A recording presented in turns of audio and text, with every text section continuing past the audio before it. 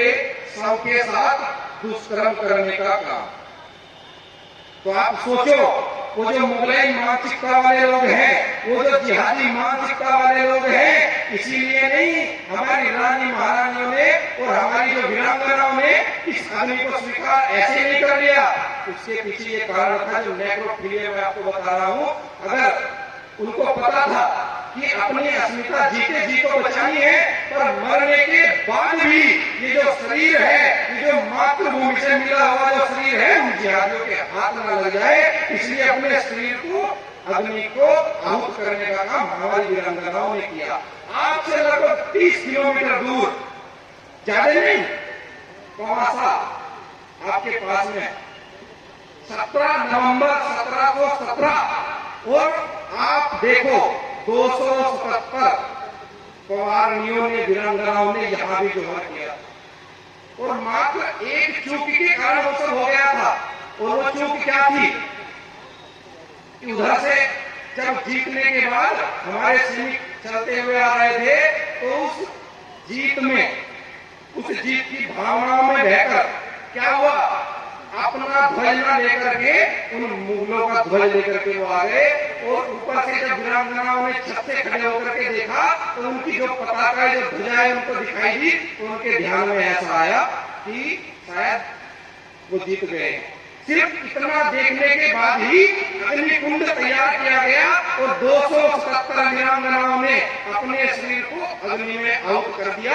ये होता है शौर्य, ये होता है पराक्रम। और इस शौर्य का जागरण करने के लिए विश्व हिंदू परिषद बजरंग दल आज इस संभल जिले की और बहजोई की इस पावन भूमि पर यहाँ पर हम एकत्रित हुए हैं, उस शौर्य पराक्रम का चिंतन करने के लिए कि हमारे अंदर जो बजरंगी है, हमारे अंदर जो साक्षात राम है, हमारे अंदर जो कृष्ण है, हमारे कण कण में जो शंकर है, उसका अगर ध्यान हमें हो जाए, उसका ज्ञान हमें हो जाए, तो जिस प्रकार एक और मात्र एक बजरंगबली ने लंका जला करके राख कर दी थी, और इस बजरंगियों की सेना में, इस विश्व हिंदू परिषद की सेना में, इस बजरंग दल की सेना में तो लाखों बजरंगी हैं। तो कान खोलकर दूर तक जहां तक आवाज जा रही है, उन जिहादियों को चेतावनी है कि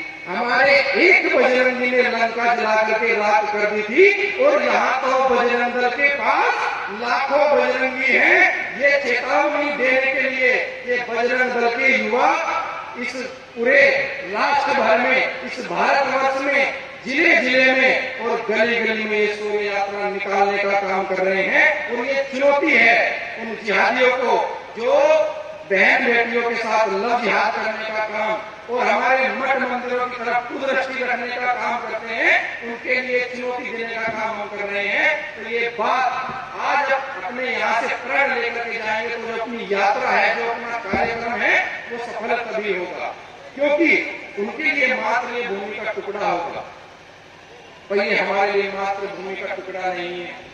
हम इसको जिस दृष्टि के साथ में हमारे पूर्वजों ने देखा, उस दृष्टि के साथ में हमें देखना पड़ेगा, और जिसको बोल करके वो गए, उसका चिंतन हमें करना पड़ेगा। ये अंतिम बात कह करके मैं अपनी वाणी को पूर्ण करता हूँ। उसके बाद हम पंक्ति के साथ में